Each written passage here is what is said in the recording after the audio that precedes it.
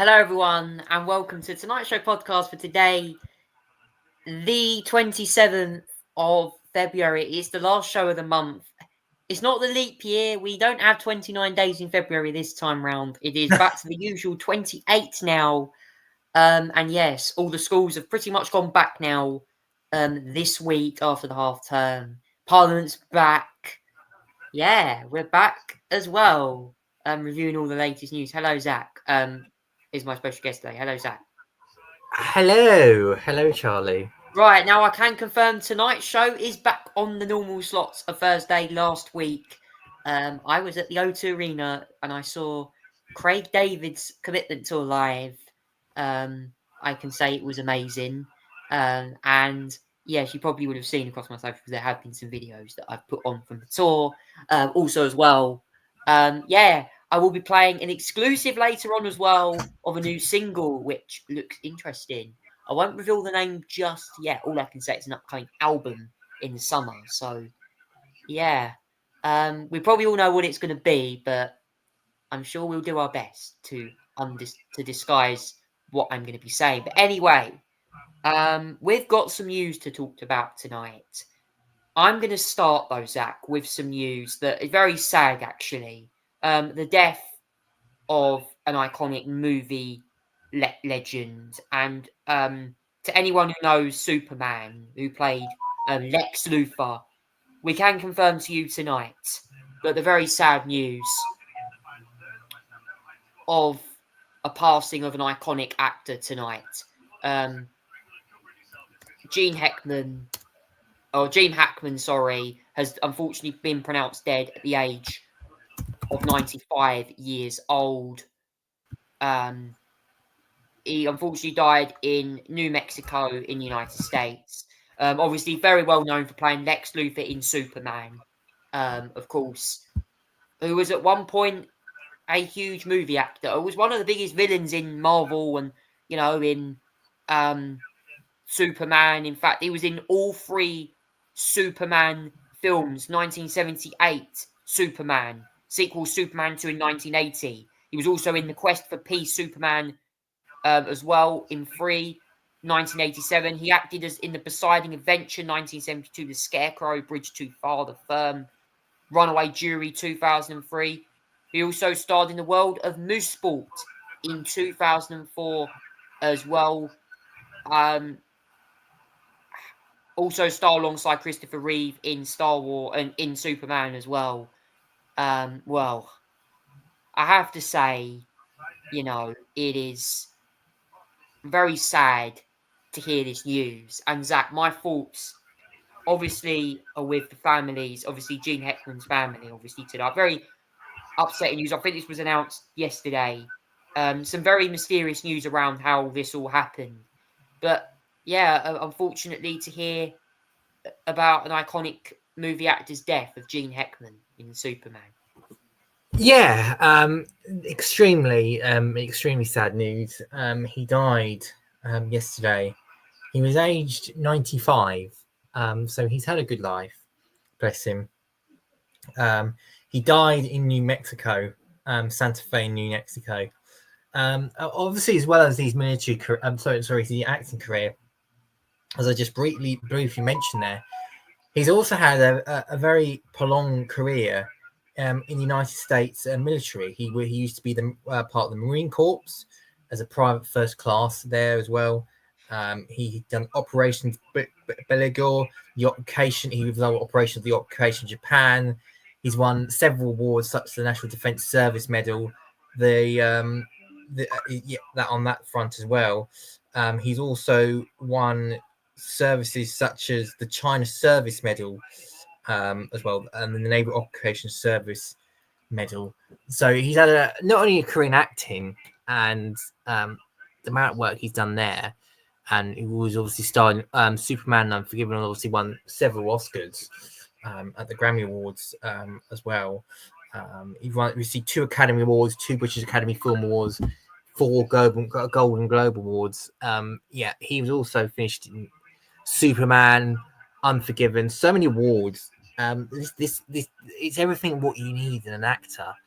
Someone who's had a dedicated military background, and served in the US, served proudly his countries in the Marine Corps between 1946 and 51.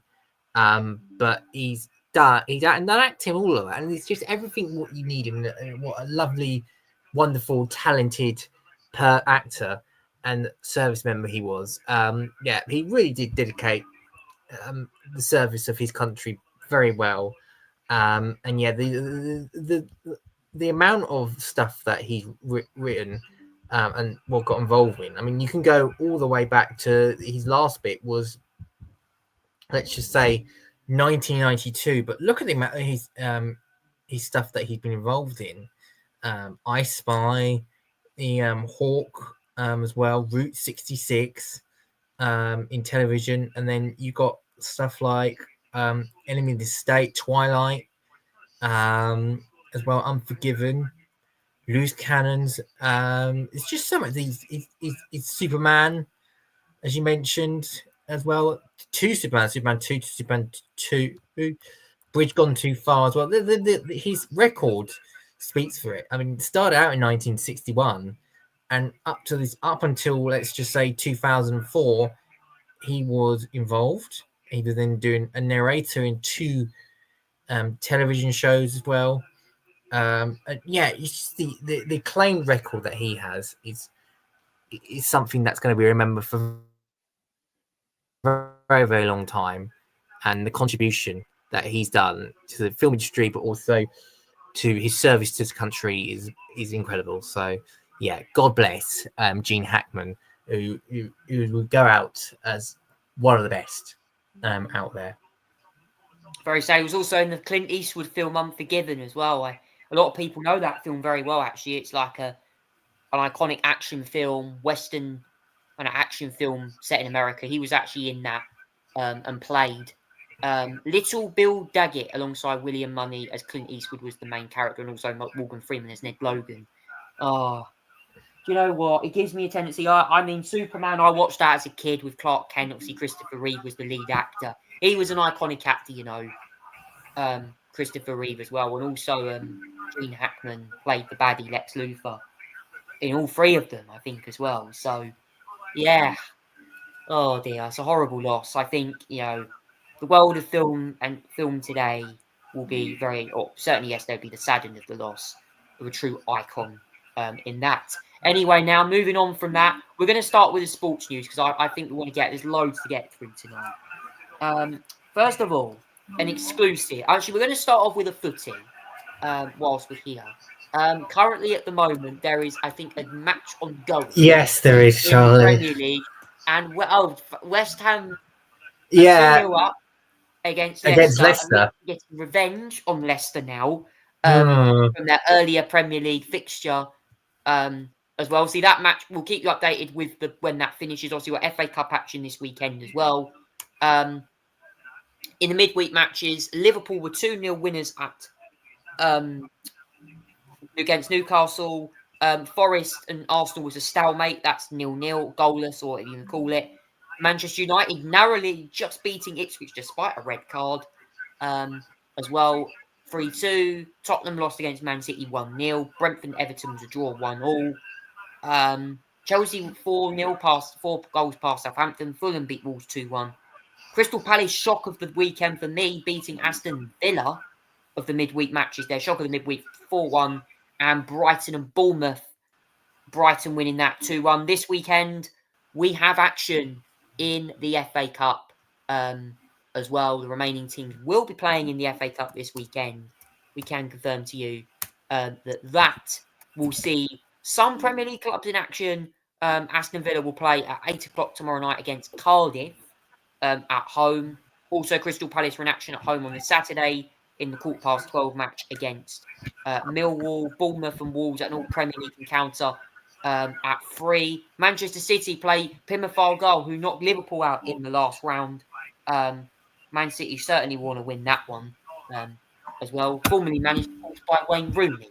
Newcastle and Brighton, another Premier League affair. So is the next few, actually. They play at 1:45. Sunday at 4:30, it's Man U Fulham. Nottingham Forest play Ipswich Town on Monday at 7:30 as well. And Zach, plenty of action in the FA Cup and also from the midweek Premier League results. Yeah, as you mentioned, West Ham Leicester is still going. I'm suffering watching this, but I'm going to have to suffer. It's either me watching Trump or it's either me watching. I could put on the darts, but then again, I'm speaking to you at the same time, so I'm just going to watch myself suffer as well whilst doing this. But yeah, West Ham 2-0. I'm not really surprised at the moment. Well, I really am not surprised. I mean, I'd say put us out of her misery and just send us down now, because the results are just far too predictable these days with Leicester City. No passion, no defence, nothing. They don't seem bothered. So half the players are just not turning up on there. Nobody seems to care. It really is another irritatingly disappointing display again from Leicester City. They suck so much. I cannot tell you how much they absolutely suck, and it really is just shocking to watch at the moment. Watching this dreadful affair at the moment. Let me go through what the other result. I mean, you mentioned the other results, Charlie. I mean, we're just going over the ones that I was interested in. Nottingham Forest holding Arsenal to a draw. That's no longer a surprise. Well, it was not say it was a surprise, but Nottingham Forest put a good effort in, and Arsenal were disappointing again. Very disappointing. It now means the gap at the Premier League are now 13 points now, and yeah, that's really is sums it up. How Arsenal performing with no recognised striker. Liverpool 2-0 was a very crucial victory over Newcastle as well. I mean, they're just running away with it. I know they've got a game in hand, but they're just running away with it. And the other match I think was big. Tottenham Man City. Man City just edged out Tottenham. Not exactly convincing display for them, I don't think, but it was enough to win. Chelsea finally got some form in against Southampton. Palace beating Aston Villa. Well, Aston Villa's been a bit of a rocky form away recently, and their results have not proven to be that better as well. Brentford and Everton, close sides, managed to get a draw out there. It means Everton's still progressing in ways and others as well. But as you mentioned, and then Manchester United just beating Ipswich Town. It wasn't the most cleanest display. Again, United won, and that's what matters. They went down to 10 men as well whilst doing it. And yeah, no Premier League this weekend. It's FA Cup, as you've just gone through some of the fixtures there, Charlie. Some of the games that I'm looking out for to the two City clubs. Plymouth away against City. We know that Plymouth beat Liverpool out last time, so it's possible. I mean, City will go in there as the favourite still, but it's very possible that we could have an upset on the can. And the other match, Man United and Fulham, that one's going to be close, I feel, because Man United are inconsistent still as well. And yeah, they're not really.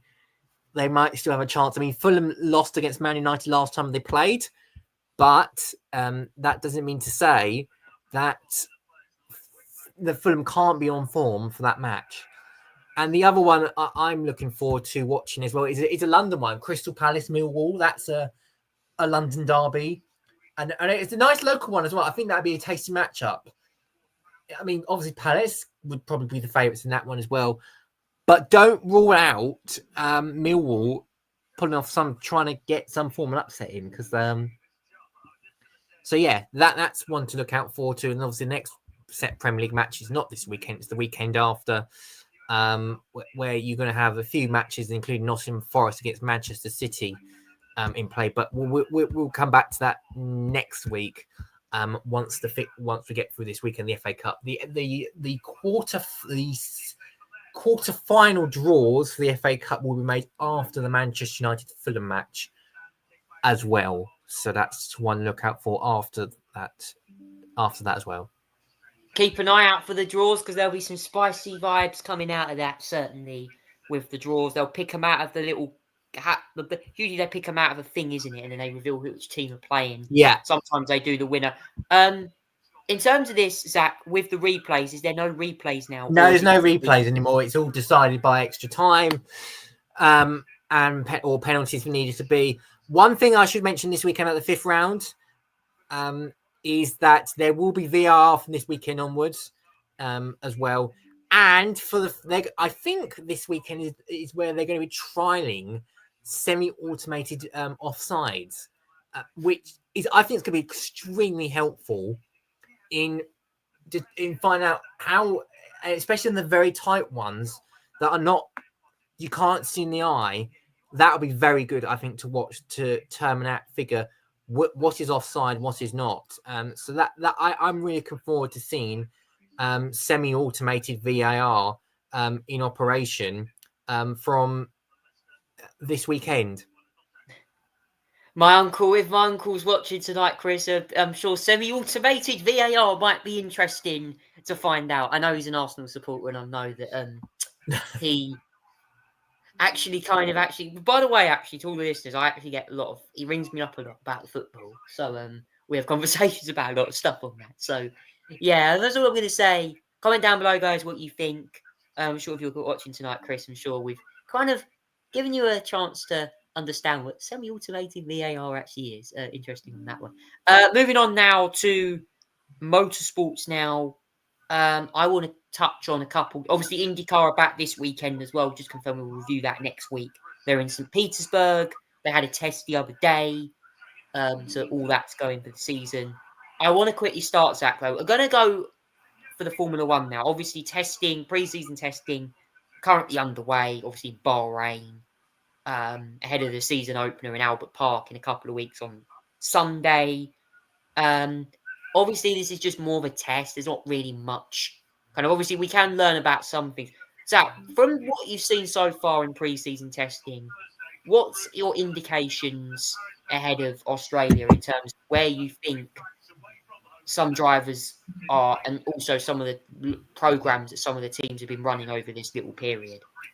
Yeah, it's just from today I've noticed, and I've been following it very closely. I've been watching it all day, so I think I've got a good idea of where we are to that today. First thing to know is that it has actually been periods during testing where it's been raining. Not often that we say that for Bahrain, but it has at time been raining. There's only 2 teams, I believe, that bought a set of intermediate tyres, which just explains to you that it's normally this is not on the mind when you go to Bahrain, that you're going to get some rain. And the forecast was very surprising, but there was a period of rain, not heavy, but still enough to dampen the track, make it slightly wet as well, which meant that some teams actually went out on inters. The only 2 teams that actually as well. But once you got to the dry weather and the cooler temperatures as well, there are a few things to note. First of all, Carlos Sainz, I know he's the only one driving for Williams. I think the only one driving for Williams today. He's out until Australia now because he's going to be sitting on the sidelines watching Alex Albon in that car tomorrow. 26 laps today. The fastest on the circuit. Now, before you're thinking, oh yeah, Williams are now right up there. They're going to be first on the grid. No. Just remember, we were testing that it's not just about the times, but the programs they do. So don't be fooled by Williams being fastest. They will be running a completely different program to what, say, others as well. They're running different tires, different runs, different testing, different, getting the data they need to determine how good their car is. But nevertheless, as well, I think Williams should be pleased with the amount of running they got in today. So should Ferrari. I think Lewis Hamilton looks a bit more confident in that car now. So they did a double. Lewis was in the morning, Charles Leclerc was in the afternoon session, as we've seen. George Russell, I think they seem Mercedes generally happy as well. And then we go down as we have Piastri and Norris down there. Now, please don't be fooled by that as well. McLaren, despite the fact they were 13th and 14th today, they seem comfortable. The car looks good on the circuit.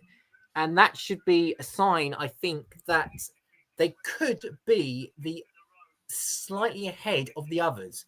And that is really important as well. And this season is going to be so crucial in terms of its development, because teams are going to want to be more focused next season on less about developing the cars this year potentially and focusing on the 2026 spec models, which is a complete rewrite of the regulations next season. So it is crucial, actually, nevertheless, as well, that there may well be, there might be less development wars this year, but the better the car is now, the better they're going to be able to spend time developing next season cars rather than have to worry about next season. Now, this could be interesting in the title race, because if there is a close battle, that means that focus will be away from those 2026 developments and focusing more on the shorter term cars, which may sacrifice their development later on.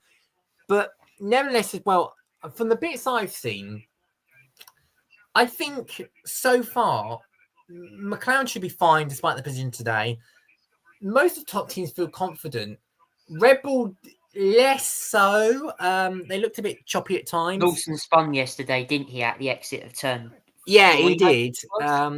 Max looked a bit more comfortable than Lawson at the moment, but I don't think they don't seem the fastest at the moment.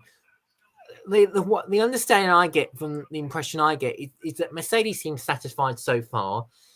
Mercedes looked fast, and not always fast at Bahrain, but I think there will still be an element of I don't know aboutism, because rather than going straight to Bahrain the following week like they normally do over the last few seasons, we're having a 2-week gap between testing and then going to Australia this time rather than going to staying at Bahrain. So, and that'll be different environment, different track conditions, all that sort of thing as well. So far, I think the ones that I think we need to be keeping an eye on in terms of, I think, who could be pleased, McLaren, despite the position today, don't be fooled.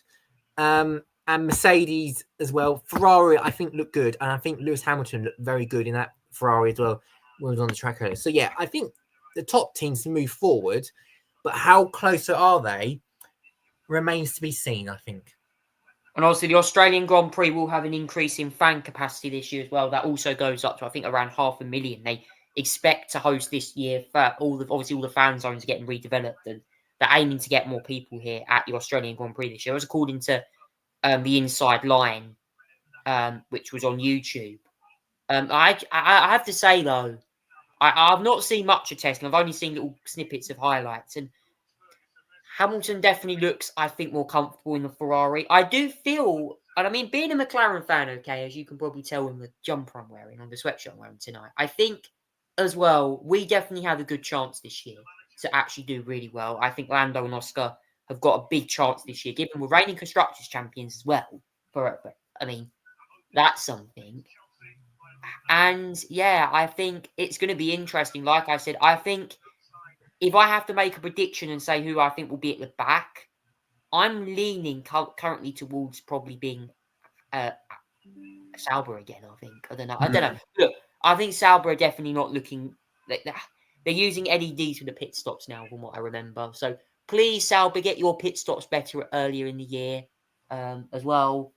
But anyway, the first race is in a couple of weeks' time in Australia. So yeah, I'm sure that Ted Kravitz who's on the pit lane will give more of an idea in the next tomorrow on the technical analysis of some of the cars as they drive out of the pits. Anyway, now moving on to NASCAR, in a chaotic race in Atlanta. I watched the highlights of this the other day, and Cole Custer certainly got some interesting talking points in that race. Oh, no, not Cole Custer, sorry. It was Carson Hoker. It was 20. Carson Hoker. Who got into apparently criticism by some of the drivers over style, but I don't know what to say on that, because it was certainly an eventful ending again. And this time, despite being crashed out in Daytona, Christopher Bell claimed the victory despite a late race final caution. Again, NASCAR, are the consistencies on cautions actually being respected? Because this one wasn't even as big of a wreck as Daytona, and they went green on the last lap till the lap to the checkered flag. So I was a bit like, oh, they've done it again here. Yeah. NASCAR officials. Well, anyway, according to the results, the top 10 were as follows. It was Christopher Bell who won in the number 20 Toyota. The number 77 Chevrolet, driven by Carson Hocarver, finished second. Cole Larson was third. Ryan Blaney was fourth. Ricky Stenhouse Jr. was fifth in the number 47 Chevrolet Camaro. Denny Hamlin sixth. Number 7 Chevrolet Camaro of number 8, Chevrolet Camaro of Kyle Busch in seventh. Ross Chastain was eighth. Bubba Wallace Jr. was ninth in the number 23 Toyota Camry, and the number 42 Toyota Camry of John Hunter Nemechek was 10th. And then several retirements. Corey LaJoie, Cole Custer, Cody Ware, Daniel Suarez involved in a collision again, DNF'd, along with William Byron, who was the winner last time out in Daytona. He unfortunately did not finished, funnily enough, finished towards the back as well. Shane Van Gisbergen did as well. More retirements. Cody Ware retired. Chase Elliott was 20th, despite getting caught up again in another collision. Zach, what do you make to this second round of the NASCAR season? It was certainly more eventful with cautions again. Yeah, I mean, first of all, on the last lap caution, again, NASCAR has been severely inconsistent with the last lap cautions. I mean, they were all over the place at Daytona in all the 3 national series. On the truck series, if I remember rightly, did they go green light? I can't remember. But in the Xfinity series, they definitely went caution on the last lap. In the Cup series, there was a big wreck, but they let them race back to line. And then back this weekend, when there's a last lap incident again that I don't think needed caution, they went caution. And that resulted in Christopher Bell being the first car ahead when the caution light came out, ahead of Carson Hovercar. Now, that would have been interesting if Carson Hovercar won that. I mean, there's been a lot of talk about his driving yet on standards last Sunday. I have to say he was very feisty and at times a bit dubious, but yeah, he deserved that result. Controversially as well. Carl Larson was not far behind as well. Now, he could have won that race as well. He was very much up there for the latter stages. And, you know, the drafting, the fact that it's plate racing at Atlanta these days now rather than sort of just your typical 1.5 mile oval, I think, you know, says a lot that Larson could have won that race had it not been for the caution. Blaney was 4th, and he had Stenhouse behind. Hamlin was 6th. You had Kyle Busch in 7th. You got Ross Chastain in 8th. You had Bubba Wallace in 9th. Good result for him. And then John Hunter in 10th position as well. 10th as well. Decent result. This weekend, Charlie, I think it's the Xfinity Series in action. Is the Truck Series in action this weekend as well? Or am I got that wrong? No, they're not. They're off for a couple of weeks now. But yes, it's the Xfinity Series and the Cup Series at the Circuit of Americas. New layout. Shortened layout this year, rather than the full F1 circuit layout. So they've cut half the circuit off now, and instead they're going to be using half the back straight, I believe, the long back straight, and then the rest use it. So instead of the ziggly-zaggly, most of the ziggly-zaggly corners they do, the sort of the Silverstone-inspired ones, shall we say? Yeah, the last sector basically of the they're cutting that off, and they're doing instead going to the back straight, where they're doing a corner go to the left, then halfway through the back straight, and then back to the other ziggly-zaggly bits as well of the Circuit of Americas towards the end of the circuits. The circuit's cut in half. That means we should have more laps in. 100 I laps, think I it's believe. about the same distance still overall, but it means that we'll have a quicker lap times overall, but it is short track racing, short road course racing, and there's plenty of possibilities at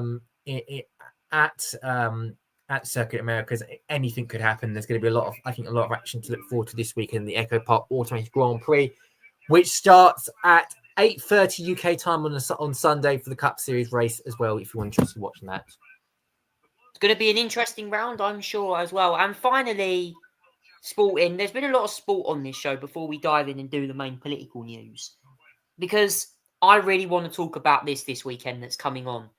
We forgot to talk about it the other week, but last week we had, of course, a WWE pay-per-view on the other week, which was won by Jimmy Uso in the ring.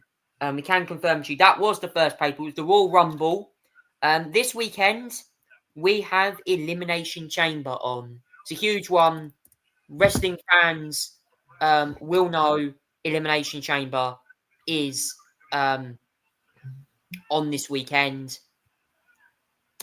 And of course, it is going to be held exclusively in Toronto. I think it's Toronto, from what I read up.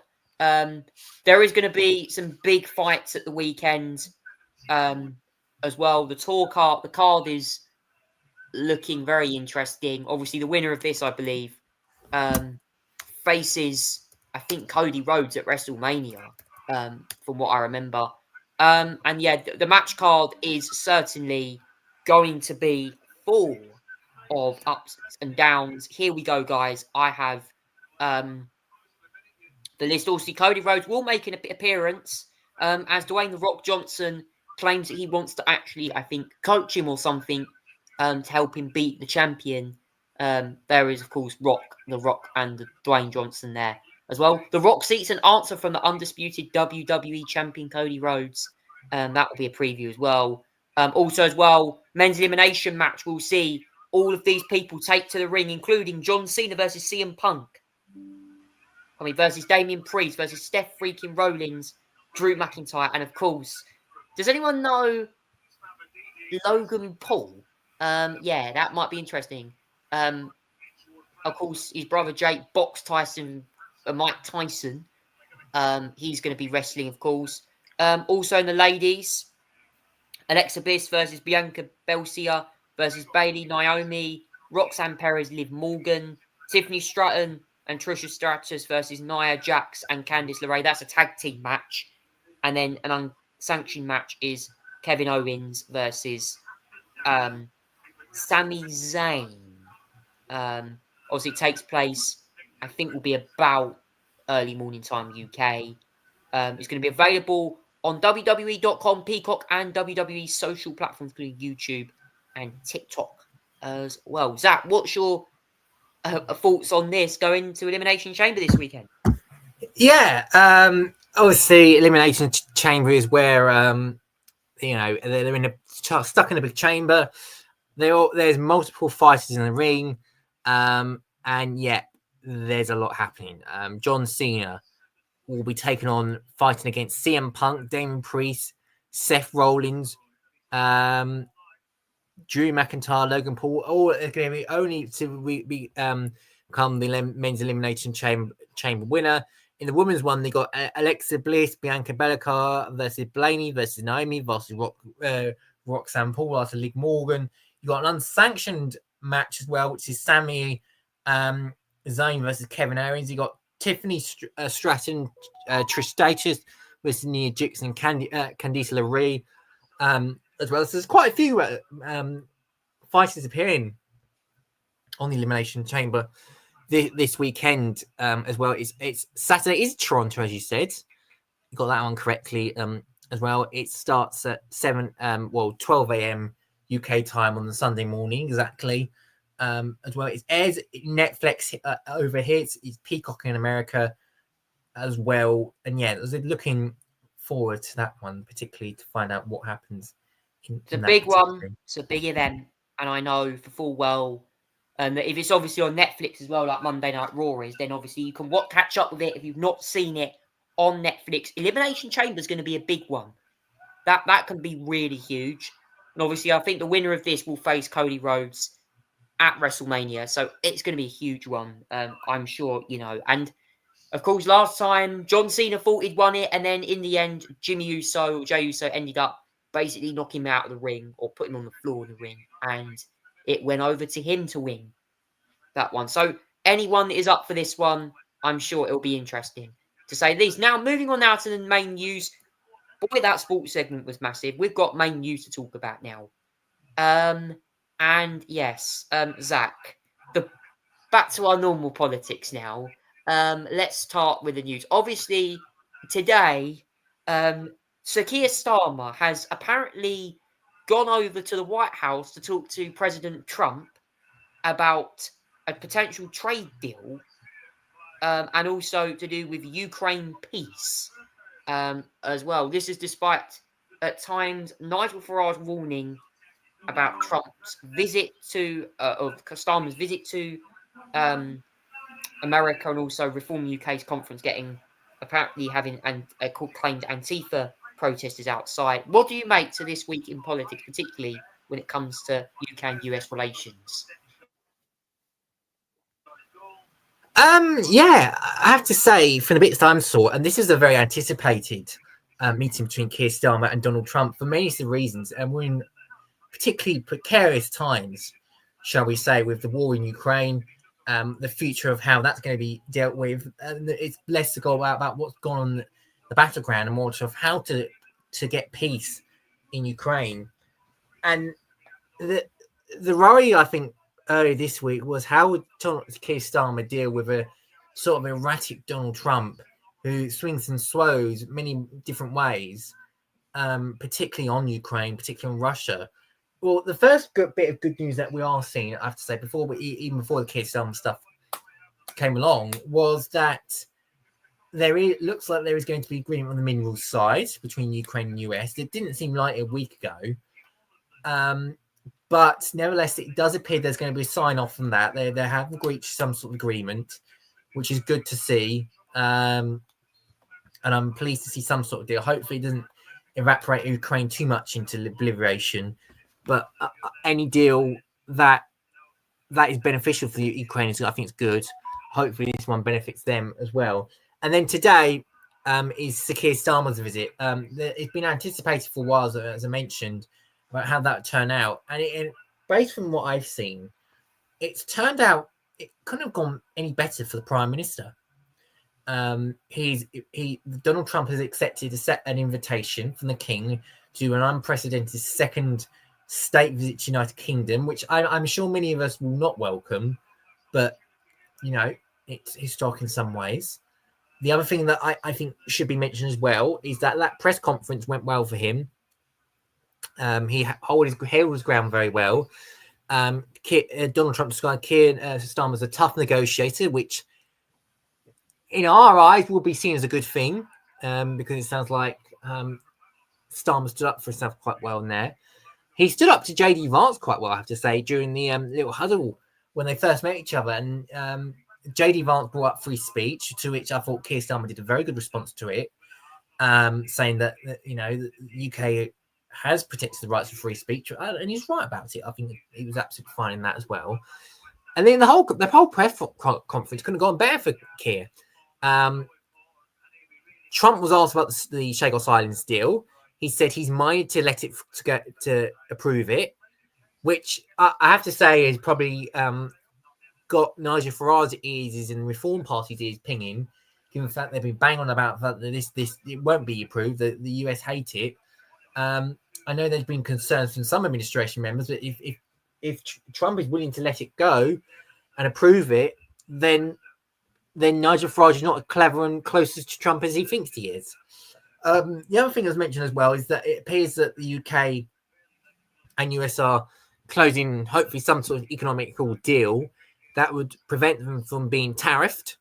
The United States has mentioned that they want to go ahead to deal with the tariffs from Canada and Mexico and the European Union particularly. He said that the European Union was there solely to destroy the United States, which we know is just nonsense, but nevertheless as well. So anything to get us out the tariffs would be brilliant, because Tariffs is bad. It's not good as Trump mentioned to be. Anything that can help us reduce tariffs and reduce the economic effect is needed. And if they do get a deal and agree on that would be very, very good. I hope it happens. I hope they manage to get a deal agreed in some form economically as well. But yeah, Keir Starmer, I think, will come out very happy about that one. I think he'll be pleased with how the whole visit has gone for him. I mean, there's a bit of tetchiness inside Number 10 of how erratic the the president could be at times, but so far, the fact that Trump is willing to sign off the Chagos Islands deal, the fact that they're working on an economic partnership deal that avoids tariffs. He was singing his praise on Ukraine, and the fact that obviously the NATO announcement, and I should mention in this as well, this all comes across the heels that Keir Starmer is actually going to increase defence spending now, 2.5% of GDP by 2027. That's a huge acceleration. We're waiting to hear what Keir Starmer was going to do about it. There was talked about it in 2030. It's now 2027, and then before the end of the next parliament, they're talking about 3% of GDP. That is progress on that side as well, and the United States really appreciated it as well. Clearly, keeping the US administration in mind, as they rely less on the United States and rely more on Europe for it. I think this today's gone as well as it could have done for Keir Starmer. Yeah, he certainly had an interesting meeting, didn't he, over in the States? And Zach, I want to come on to this now because over in the UK, there has been the apparent imprisonment, or should I say, is he imprisoned or not? Mike Ainsbury, who apparently claimed to have pushed over someone in the street. Well, punched it. That punched 10 weeks or 4 weeks or something in prison. This comes after, unfortunately, Peter Lynch unfortunately passed away in prison after shooting himself, holding a placard claiming the police were corrupt and politicians were also corrupt as well. Now, also this week, there has been a lot of news on this two-tier policing thing as well, which I have to say I've been very interested in looking up on as well, because it's certainly been very interesting as well. Nigel Farage launches a two attack on two-tier justice as Mike Ainsbury balls prison. I will not live with two-tier policing, was according to Nigel Farage's comments as well. This also came over another person being jailed someone also got jailed the other day for an online comment on Facebook again. Oh God. Well, I can correct. I can tell you about that, Charlie, because it was a Reform candidate.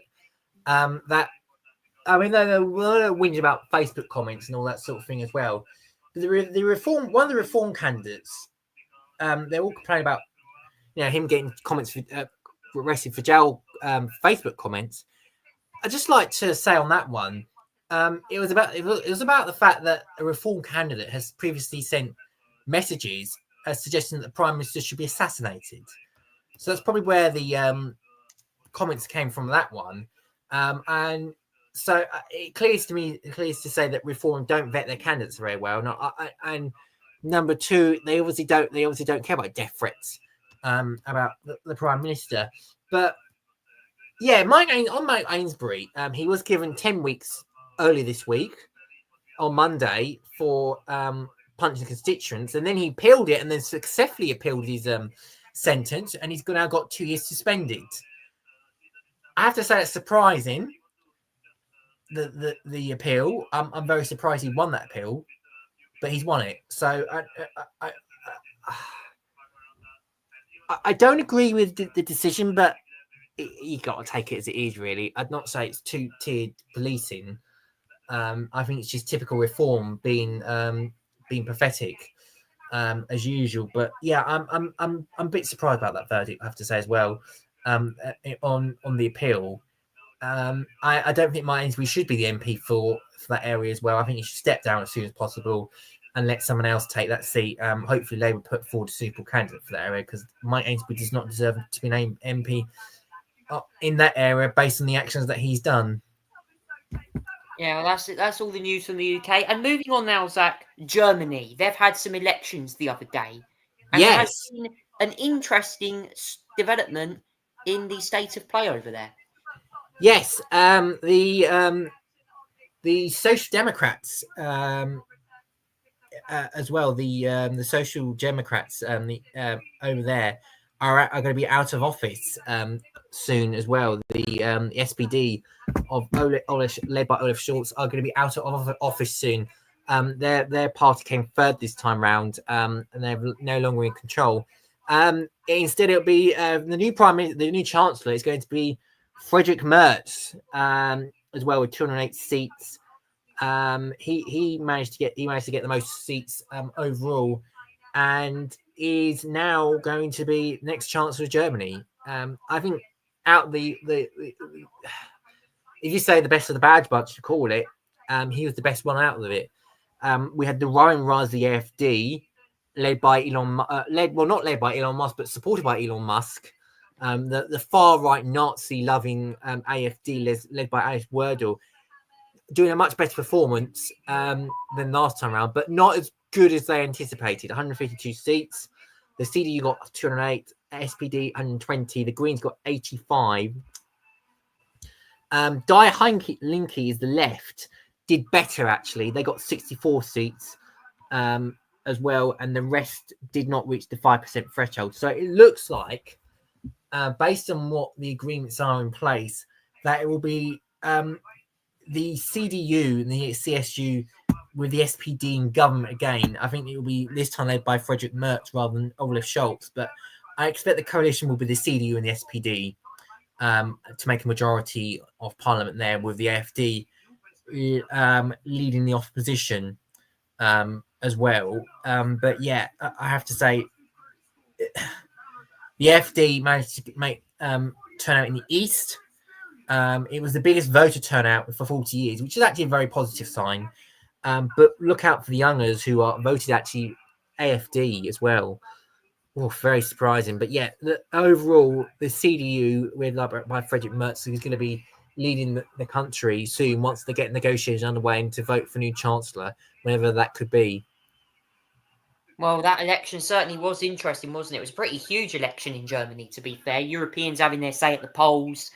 As you can see there, the CDU, led by Friedrich Merz, is the winner. On the AfD was the one party that I thought saw a massive rising, and I'm sure the right-wing politicians would agree that that was a huge rise as well. But anyway, we'll gloss over that now and go into our plank of the week this week. Zach, what's your plank of the week this week?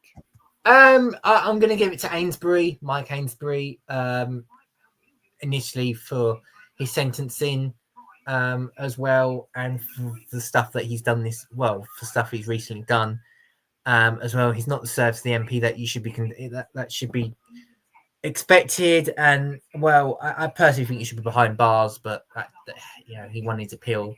What else can be done as well on that area as well? So Mike Ainsbury is the plank of the week for me. And it's the same for me. Mike Ainsbury this week gets the nomination for plank of the week. Not what he done was very nice, and I'm sure he will be certainly not very happy, and I think he should definitely resign as the MP for wherever his constituency was. Also as well, Zach, before we go on and do the next part of the show, Andrew Tate, there has been some developments on him and Tristan's Romania case. Yeah, they've had their travel restrictions lifted, which means that they've now travelled to the United States and arrived in Florida.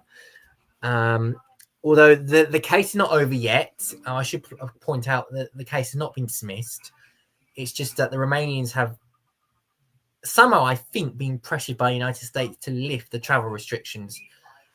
He's got Andrew Tate has dual US-UK nationality citizenship. If it comes to the point where he may need to come back, then he should be detained either in the US or here in the UK. If the US won't do it, then he should be extradited here to UK and detained, and then face our justice system here. as well. So I don't know why they even had their travel movements really, you know, yeah.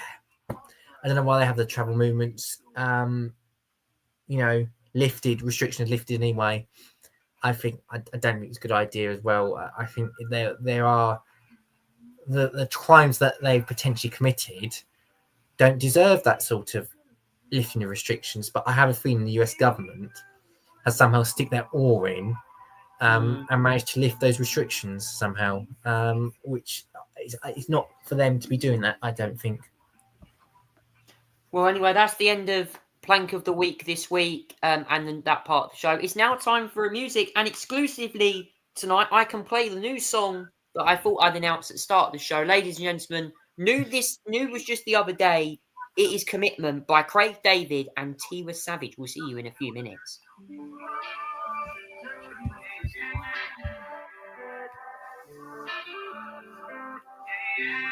Every time I show you, I can see it. Yeah. Every time I tell the truth, you don't believe it. Yeah. Don't tell me I don't know about commitment. Yeah. But now it's the only one that show you different. Yeah. It don't be the same no more. I can see it don't be that way no more. Yeah. You're running around like you don't have feelings anymore. Yeah. It's cool if you have no doubt, if you leave, then say no more. No more, no more. Cause when you go left, I just go right. But you still want it all night. We just play chess when we call the light. Think it's right about time I show you. Every time I tell the truth, you don't believe it. Yeah.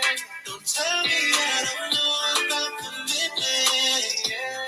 But now it's the only one that show you different. Yeah. Differently, we fell in love instantly. Yeah, I'm out on a mission, stacking your paper, so I kept the distance, babe. You were self-destructing like kamikaze. Though you say I'm a snack, I belong in a pantry. You do these things to me, like fire, make me rekindle it. When you go left, I just go right. But I still want it all night. Undo the stress, show me your mind, cause you know I need it.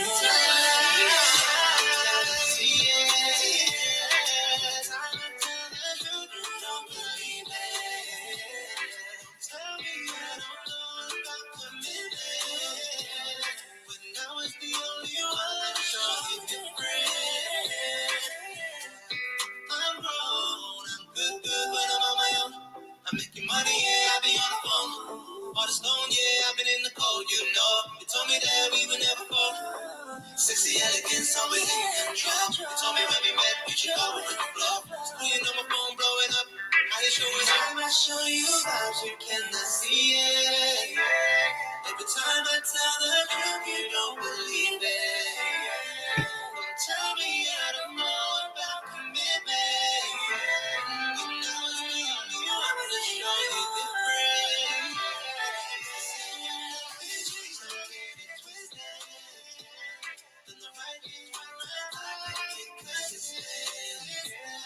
Every time you say that I listen, you don't see it. Every time you speak, I want you to deep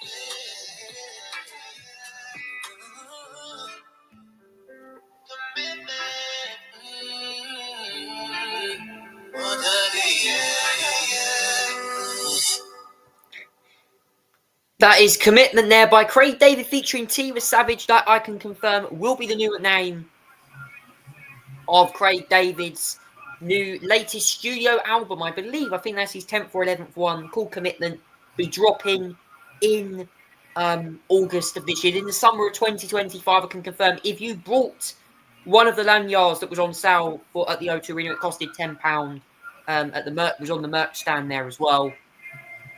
That gives you full access into the behind-the-scenes look at the tour, and also includes the up-to-date song lists for releases for the album, which of course will be premiering later in the summer. Zach, what's your assessment on this new song that dropped the other day? It's all right. I guess it's more Afro.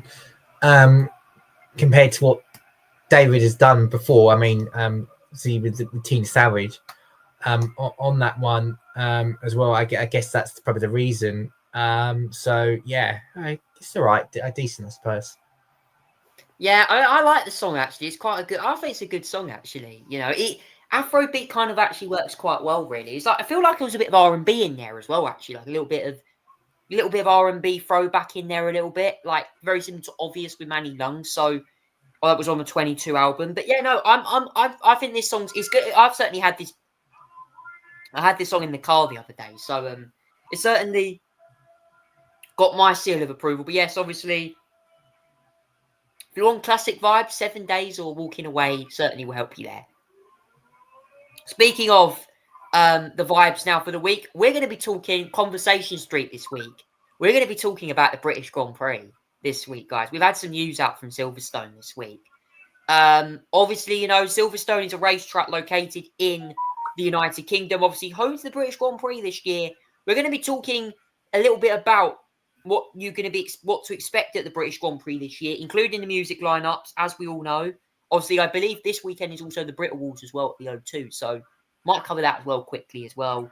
But yes, the British Grand Prix is on this year. It'll be taking place at Silverstone in July. I won't be going to the British Grand Prix this year. I was actually debating because there were tickets the other day on the website, and I was like, should I get one ticket or should I not get a ticket? I have decided though, instead of going to Silverstone, I managed to get a ticket the other day, and I will be going to the Festival Speed in July, the week after the British Grand Prix, where there'll be car displays and, you know, the F1 drivers will be there as well. So I will get to see the F1 cars go up the hill, but unfortunately I will not be I'll be watching it on the telly instead. But to all those that are going, I think Zach's going this year as well. Good luck to anyone who's going. Please don't let it get rained out like last year. I know Friday was I think actually last year was quite wet, wasn't it, from what I remember? But we have some news. Obviously, the British Grand Prix is going to be held at Silverstone. I just want to quickly go over some things with you guys for 2025 British Grand Prix. We have obviously the confirmed headliners on the main stage. It's going to be a 4-day festival, which will be taking place at the iconic Silverstone circuit in Northamptonshire as well. As I said, Lewis Hamilton there mentioned as a new Ferrari driver. There'll also be action around the track. I think P1 will be there as well. They do some like simulator stuff as well. Obviously, you have the iconic Arden paddock campsites, the new launch pop-up hotel experience within the Escapade Silverstone as well. Also, turbocharging the extras. You can book race travel in advance along with tickets. There'll be the F1 fan zone as well, where you can go and attend and see all the drivers as well. In terms of the average ticket prices for Silverstone as well, this was what caught me out by surprise. Obviously, you know, you have to pay £30 increase there for pre-booking the car parking. In terms of the ticket prices for those who do want tickets, I've got that up for you now. A ticket for Thursday evening will be 50 quid. But throughout the day on Friday, that will go up to £99. Saturday, £169. Sunday, £319, a whopping £319 for that 3-day, £349 and £379 for a 4-day ticket. The roving grandstand Friday and Saturday is £149, and on Saturday it is £189. You also have as well the exclosures with dedicated Wi-Fi, offering proof lounges as well. Choose for free parking or park and ride fast track access travel to circuit. That goes up all the way to £700 if you're doing the 4 days. As well, you got VIP experiences that are on offer. They're really expensive. But what we want to talk about is what's on the entertainment. So if you're at the event, you know, you're cheering on McLaren, you're cheering on Mercedes, whatever team, you know, you're cheering on at the circuit. We can confirm for you the headline acts for the British Grand Prix. And boy, do we have a great lineup this year. There's some great artists. Headlining Thursday after the press conferences is, of course, Sam Fender, a huge artist as well, who will be headlining the Saturday. We also have quite a few stages actually as well. The main stage is what we want to talk about. As I said, Sam Fender will headline the Thursday on the main stage as well, which will be great to hear. Also, Ray will be doing, I believe, Friday as well. And then on Saturday, Fatboy Slim, who I have to say is an iconic DJ. If you don't know him, he is known for, of course, big beat genre in the 1990s. Also known as Norman Quentin Cook for anyone who used to actually be, I think, married to Zoe Ball, if I'm correct. He, of course, does a lot of DJ sets. I think kind of like house and garage or beat stuff, techno. He's performed at several venues. Fatboy Slim is going to be, on the Saturday. I can't wait. He's done some great songs, obviously tracks. That he's done loads of songs, including, of course, some iconic ones. Praise You, Right Here, Right Now, The Rockefellers, Skank, Weapon of Choice, Role Model, Build. So many tracks, he's an iconic one.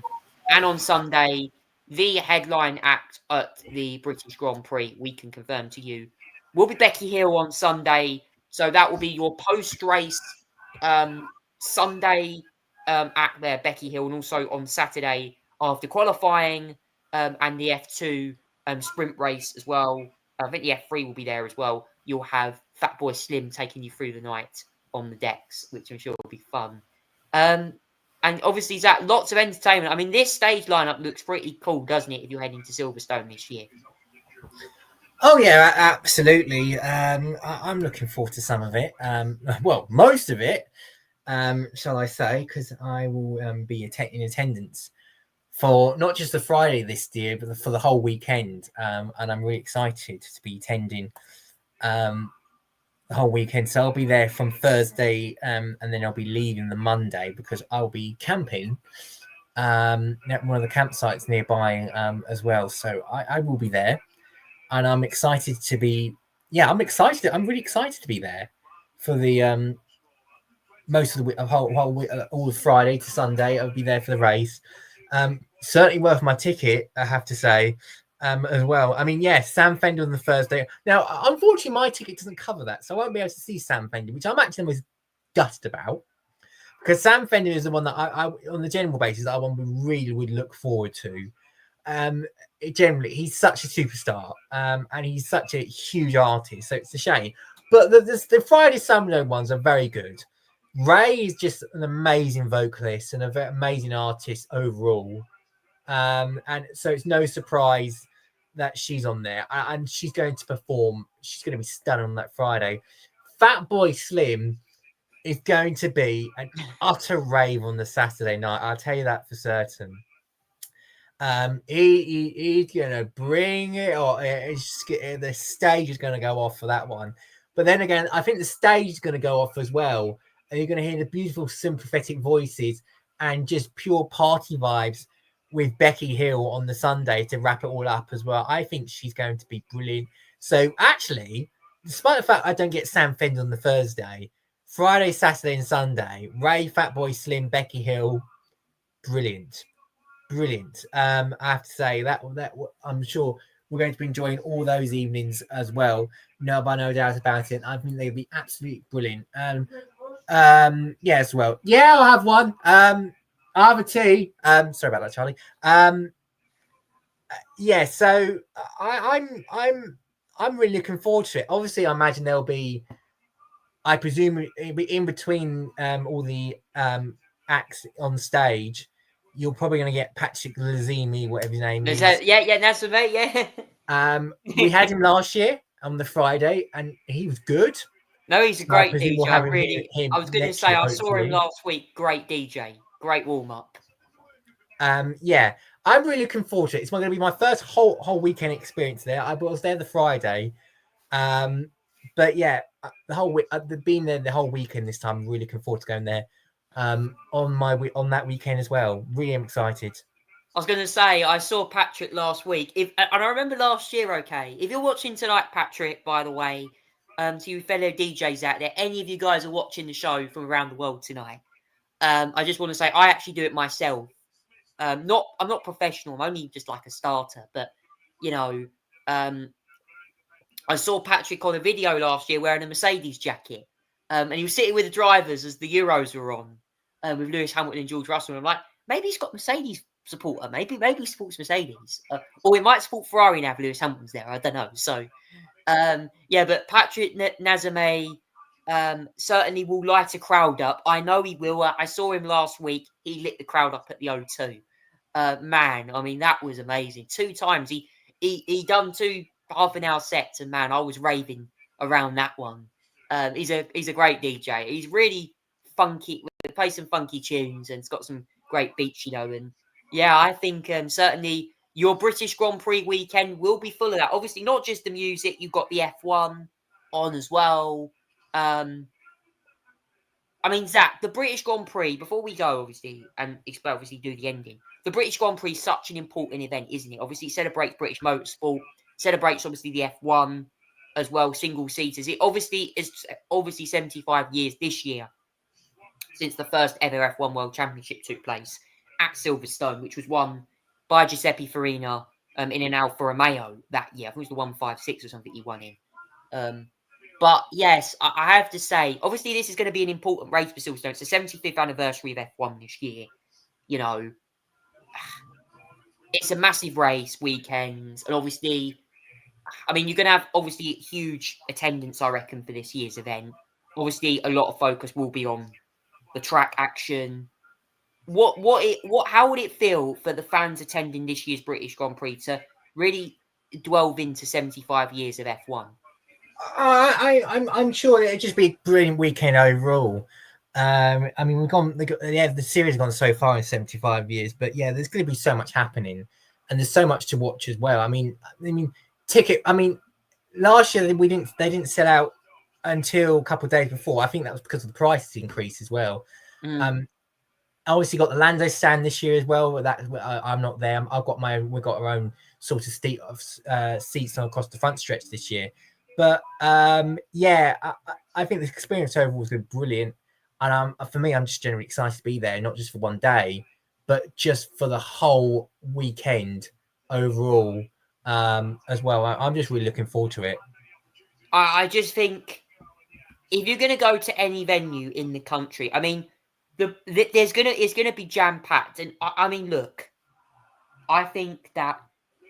I have been to Brands Hatch and watched the British Touring Cars a few couple of times, and obviously that's completely different to F1. It's it's one of our premier national motorsport series over here, but Formula One's a worldwide sport, and it attracts thousands or millions of people that watch it around the world. And Silverstone's a huge venue, and this is a huge event. And if anyone's going this year, take it all in, enjoy the event.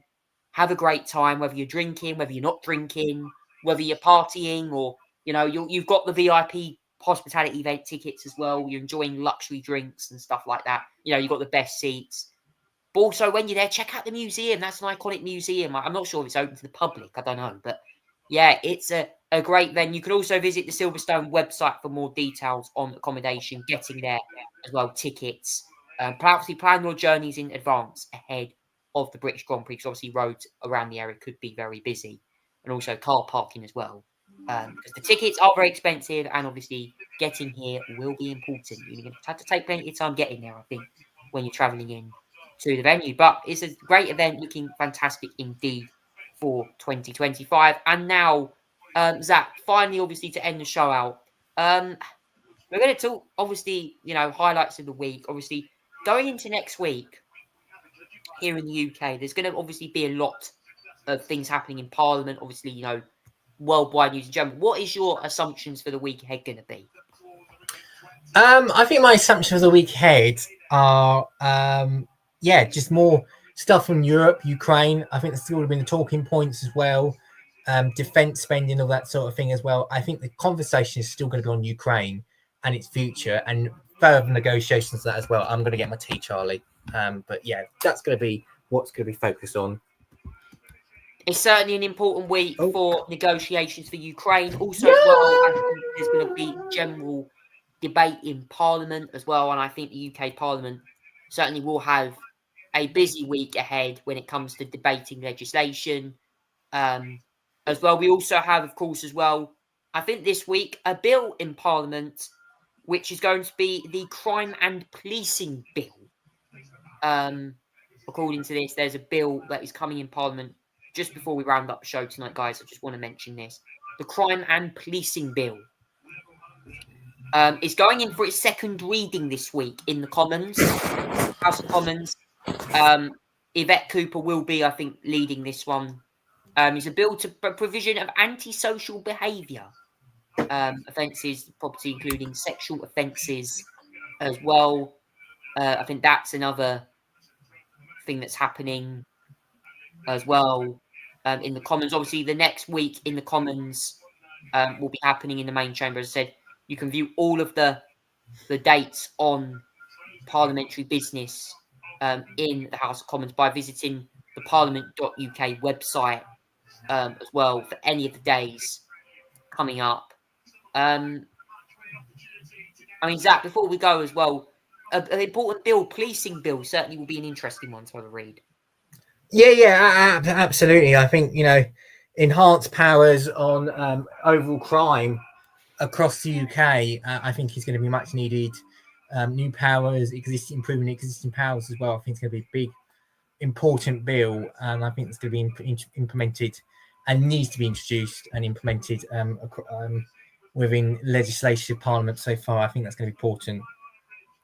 And that is it for the Tonight Show podcast. Thank you so much for watching. We'll see you again next week for another edition of the show. From me and Zach here tonight on YouTube. You've been watching Tonight Show podcast. Take care, and we'll see you next time.